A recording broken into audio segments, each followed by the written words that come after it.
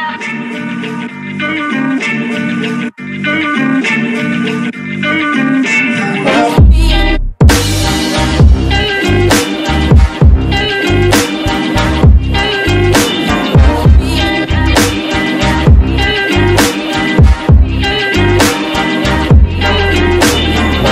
guys, it's me, Billy, back again with another Coffee Shop Talks, and today we're at East Pole Coffee, and East Pole Coffee is over kind of near like downtown Atlanta, and it's a really great, cool spot. There's like this really cool working space around it and like amphitheater area. It's really the coolest, one of the coolest coffee shops that I've seen in Atlanta.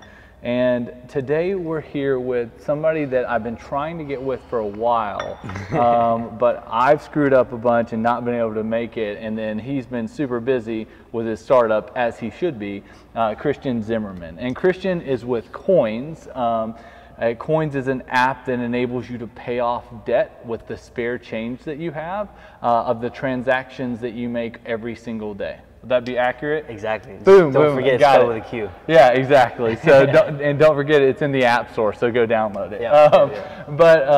So Christian's story for me kind of began like a couple years ago. I met Christian when he was still working for a business, pitching this idea to people, and just coming to Atlanta startup drinks. This was a long time ago. Yeah, that's true. And I've always thought it was really cool. I probably actually honestly was skeptical initially that it was actually going to be something, and then come a couple years later, it is something that has paid off millions of dollars of debt for people. So Christian's just a really cool person, and I hope you enjoy this. I know you're going to enjoy this, so I guess we'll just dive into it. So Christian, tell me a little bit about yourself. Where'd you come from? Where'd you grow up? And how you got to this point. Give me the fast lane to it. Yeah, so I was born in Houston, Texas. Lived there till I was 5, but pretty much grew up in Atlanta, Georgia, or Gwinnett County, Suwanee. Went to North Gwinnett High, graduated, went to Georgia State, did all 4 years at Georgia State, studied business management.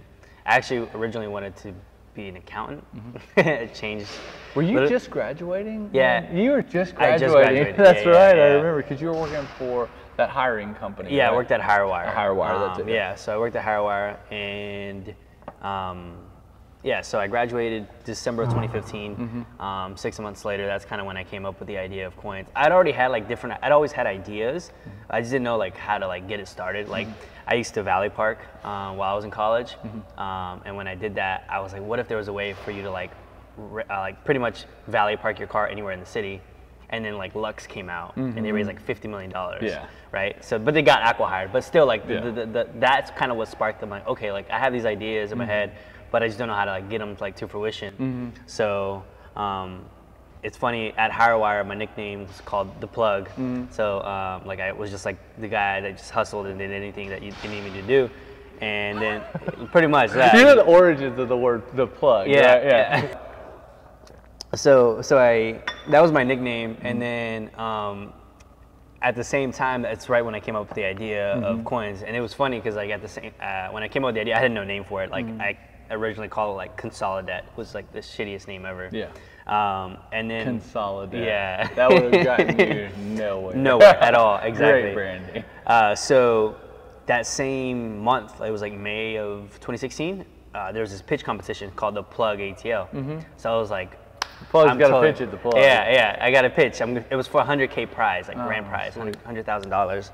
And so I submitted my application.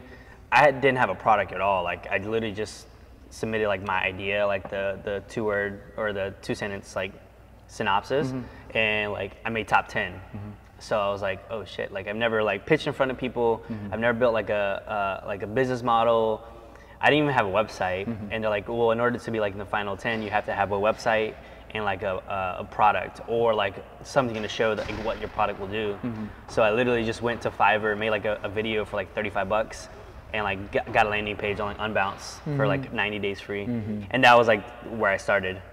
So yeah, that was kind of how it all started, and here we are, it's 2 years in now, and it's I'm just now starting to see like everything come to fruition, like the way I've been wanting it. I think like the biggest thing to learn is probably like patience. Like everything doesn't happen like right when you want it to happen, but you got to kind of keep persistent and be resilient. So yeah.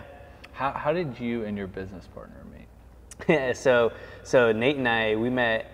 So right when I came up with the idea, like after the pitch competition, I didn't win, but like I just learned a lot, right? What I learned is like I don't know how to code, and I knew that like in order to build something like this, you needed a technical co-founder. So I had like the business skill set, didn't have like the technical skill set, and so I started going to like all these different network events, like Android meetup, iOS meetups, like different developer meetups, just trying to get people to like connect with, and so there was this one event called like, it's funny, it's called Co-Founders Lab.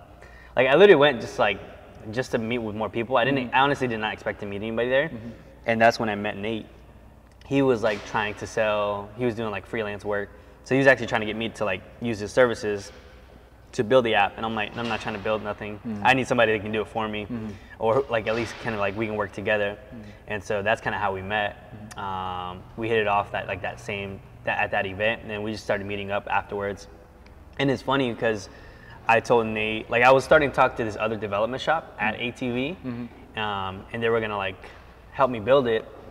I think they were gonna charge like $50,000 to $70,000 though. I think they were gonna try to take equity and everything. I don't know, it just didn't feel right. And so I told Nate like, hey man, like, you know, are you in or out? You know, because we were still going back and forth. And I'm like, I'm gonna go to this development shop, and he's like, oh well, I already like built like an MVP for you. It's like very like bare bones, but I guess I'll just show you. And I'm like, what? What the hell? Like, why didn't you just show me? He's like, oh, well, you know, it's like bare bones. So like, I didn't think, I wanted to build it out more. I'm like, no, show me. And so like, just seeing that, like just triggered me. I'm like, yo, we have to work together. Like, there's no question asked. So that in itself, like, just kind of showed like, okay, I have somebody that I know I can rely on, I can trust, and has like kind of the same work ethic as me. So that's kind of how we met. So you met your co-founder. One of the things that you mentioned when we were talking just now is that you had a feeling about something, right?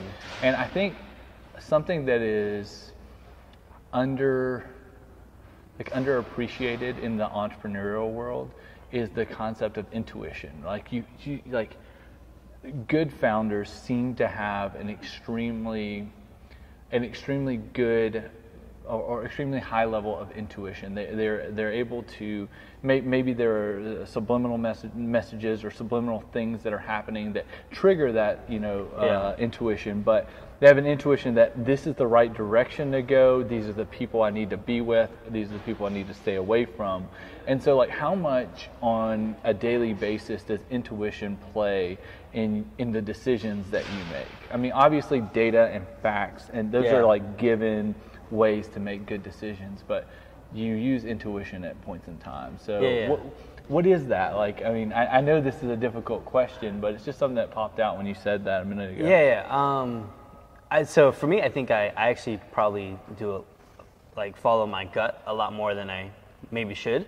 Like, so like I'm more of like the one that like jumps on things, and like, you know, if my gut tells me like it's gonna work, like it's gonna work.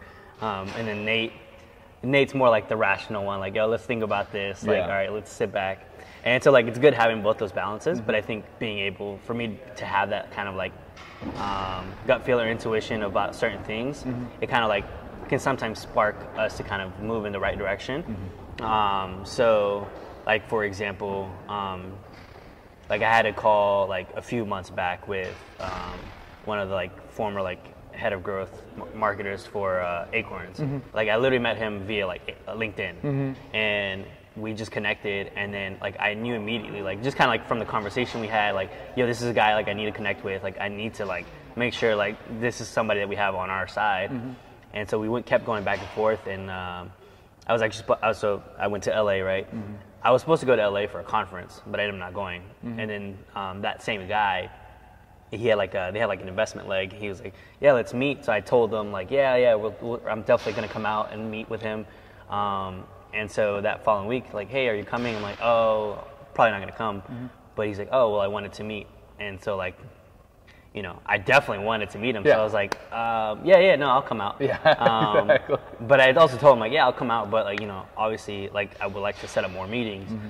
And so like, I just had a good feeling about the trip as a whole. And so when I told Nate, he was like, yo, look, we need to go. So we went, and it was probably like one of the best trips we've had thus far. Like with one, having them on our side now, we know like they're on our team, like on our board of advisors, like that's super good for us. But just like knowing that all started from like a LinkedIn conversation. I could have never taken it, right? I could have just been like, oh no, they're just trying to take my idea or something, right?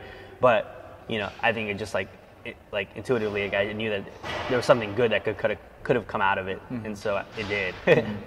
Yeah, I obviously we're both in the general same industry. I build software. I'm in the entrepreneurial startup industry, and so like I find it interesting. One of the attributes that when you read books or you listen to stuff, you hear a lot of the same patterns with somewhat successful or successful entrepreneurs, and one of those patterns is the willingness to do something that most people would rationally not do, right? Yeah. Which is like, you're probably a broke startup. You probably shouldn't be buying plane tickets to LA, but you do on even a whim because you get an intuition that makes you feel like it's an important meeting and there could be opportunity there, so you're willing to go to that extra mile. And I think another really good point that at least some readings have brought me to is you talked about like meeting Nate and then following up with him and then doing something else with him. And so there's this guy named Mark Suster, which he's a famous like investor guy, and he created a blog post. He does a lot of blog posts that kind of helps entrepreneurs or venture capital people and stuff like that. And one of them is called creating lines or creating lines and dots or something like that. Okay. But it's specifically talking about creating relational interactions or moments that you start interacting with people and turning those into trend lines. I read that article. So like I think if anyone out there is interested in this, this kind of world, you should find that article and read it. I'll try to post it in the. It was on Medium. Yeah, it was on Medium. I'll try to post it in the comments below, but it's just a really good article that talks about what it takes to build a relationship of trust. So as when you make the ask,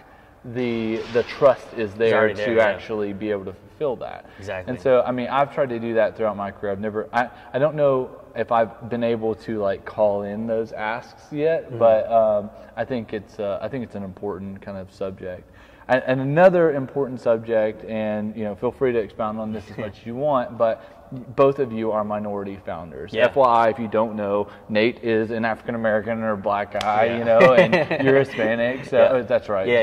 See, I could have misclassified that. But how has that either brought opportunities or challenges? Because I can only imagine there's been challenges for sure, but today it seems like there's even more opportunities for those communities than there's ever been before, right? But there's still not enough opportunities. So like, what about this is like something that like I think for the longest time I wrestled with, only because like it's something that like they talk about like diversity and inclusion, and like it's a very important topic, but I feel it's also like something that's kind of like used as like just hype words that don't really do anything. Tech buzzwords. Still, right? Exactly. Yeah, they're buzzwords that like really don't do anything except for like just create a conversation that personally doesn't really go anywhere. Yeah, and a lot of times it's super uncomfortable. And so for me, I don't know, like I had a really good conversation. I think I said this in another interview that I did before with Kevin Sandlin.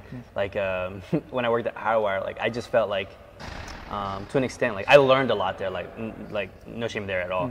But like I was doing things that like I felt like I was just being used kind of like because I was Hispanic and like I would do like labor work. And it sounds like corny, but at the same time, like that's kind of how I felt because of the stigma, right?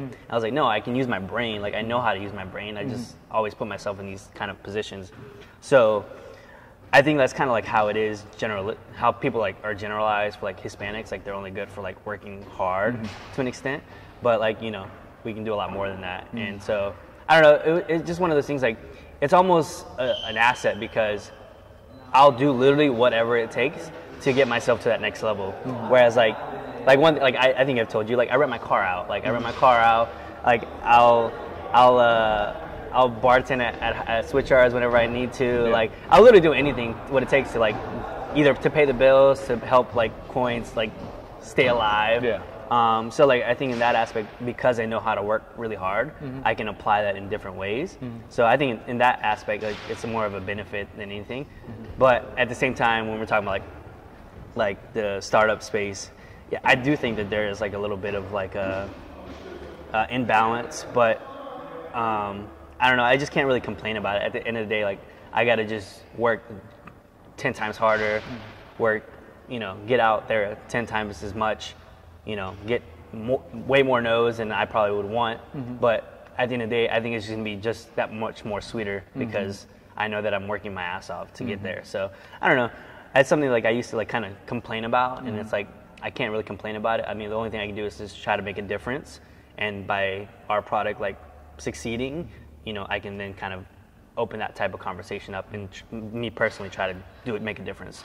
So that's kind of like what I see, not just for Qoins, but like for like Atlanta as a whole too. Like Atlanta's growing, so like I feel like I want to be a part of like doing that type of difference in the city too. So I think one of the things that comes to mind when I think about Christian is there's this underlying hustle that no one realizes exists, and he's not very like boisterous about his like things, as he shouldn't be. Like I think he's humble about it because he just does what he has to do. But one of those things is he rents out his car, right? Like you live lean as anybody possibly can, right? Like you guys aren't really paying yourself anything, like all of those conversations that you and I have had are things that I don't think people realize. And it reminds me of, there's a podcast by this group called Gimlet Media that's called Startup. And it's a fantastic podcast. But this season they covered a lady named Arlen Hamilton. And Arlen Hamilton started Backstage Capital and is a part of HBCU.VC, so or HBC.VC. I can't remember what it is, but one of my friends actually.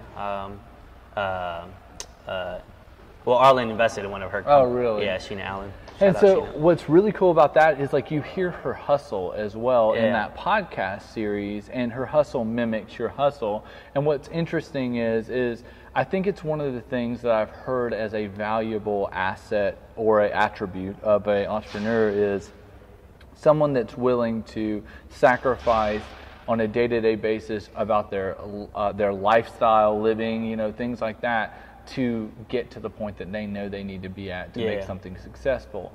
And I think I won't say that this is just specifically within a minority community, but because it's already ingrained in those communities based on the cultural aspects that exist within some of those communities, it is a great transferable skill that people probably don't externally value as much as they could. Exactly. So I think it's a really cool thing. I've always valued that about what I've seen you do, and just is something I've always appreciated. I guess my last question is if there's one thing that you learned along this process, like what could you impart upon other people that would help them get past something in the startup world, or help them get past something that you didn't realize was going to be a big issue, became a big issue, but you figured out a way around it? That's a good question. I think the first question, or the first thing you asked, would have been patience. Like, I think that was something for me. Like when we first started on, like I just wanted to like do everything, like and I expected everything to happen like right when it happened, and that's not the case.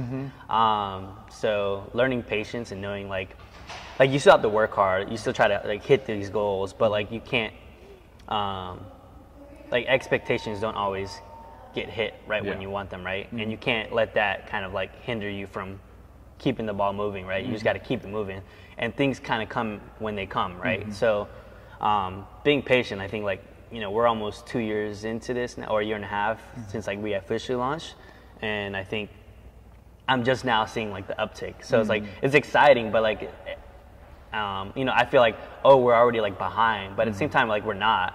But it just takes a lot more time to like really get to where you want to be. Like people think it just happens overnight. Like you know, I mean, aside from Bird, like 9 months in, but that's very rare, right? Like you have to work your ass off to like get to that point. And for me, like being a first-time founder, like I have to learn. So there's like a learning curve too. So I'm learning as I'm going, and I'm learning a lot. But you know, I think the biggest thing is like patience. I think the second question was. No, that's basically the question. Yeah, I mean, like I think if there's a lesson that is to be learned in startups, that at the very onset of doing something, or even in entrepreneurship, when you start something, you see these couple wins and you're like, the ball's rolling. Yeah, let's get this thing rolling downhill faster. And that's another thing. I think to the patience, it's also don't get discouraged. Like there's a lot more like losses you're gonna get than you get dubs, but I mean, you learn a lot more from the losses, so just keep it moving. So like that's one thing my dad always told me. He's like, if you start something, just finish it. Whether it's good or bad, finish it. And so like that's kind of how I see a startup. Like people ask like, oh, how much runway you have? I get it like monetarily, like yeah, like you have a certain amount of cash, but like I mean, we've been working off like up until recently like $30,000. So yeah, it's like, exactly. You know, like I don't see it monetarily. I just know like, okay, this is like my end goal. Like I'm gonna get there, and that's the only way I see it. So it's kind of crazy, but like that's just how that's my perspective. So I mean, if you pattern match on anything that is worth doing, like the way I look at it is that I started out playing baseball when I was in college, right? And I played baseball when I was in high school. Same. And one of the things that people don't realize, and it's really hard to get this kind of macro picture of baseball, is that in the career of a Hall of Fame player, they, especially a hitter or someone that's hit, they have failed way more than they succeeded, right?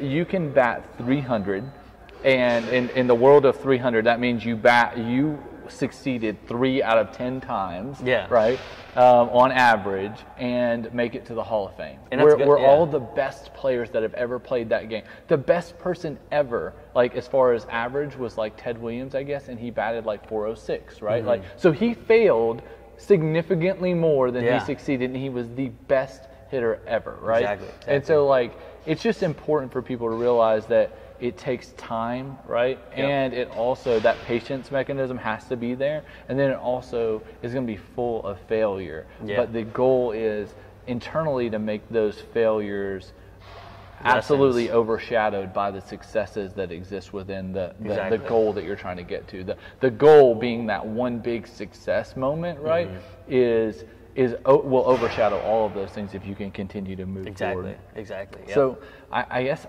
this is probably the end of the conversation. We're probably talking more, but this is a great coffee shop talk. Yeah, I mean, it's been fantastic to hear kind of where you came from, some of your thoughts on this, the startup ecosystem, and just knowing the journey that you've taken, because I've been around a little bit around it, you know, has been really great to see how you've just pushed through all these crazy issues and all these different things. I mean, there's even more that you haven't explained on this. That's just like tip of the iceberg. That's just the tip of the iceberg. I mean, like, you know, you have defeated so much adversity during this that I don't see any incremental small business problem being something that just catches you. You know what I mean? Like, and so, well, I appreciate you being here, and thanks a lot. Yeah, man. You guys make sure you go like, subscribe, comment, share. If we're on LinkedIn, make sure you share and comment. Tell us, you know, what you think that Christian could benefit from this conversation. And then also, if you think there's anybody that Christian could connect with that is in your network, please make sure you comment below and tell me about people that would help Christian, if it's in the payment services, the debt repayment world, or just the software world in general. I'm sure that would be beneficial to absolutely. Christian, and we'd really appreciate it as well. So thanks. Coffee Shop Talk out.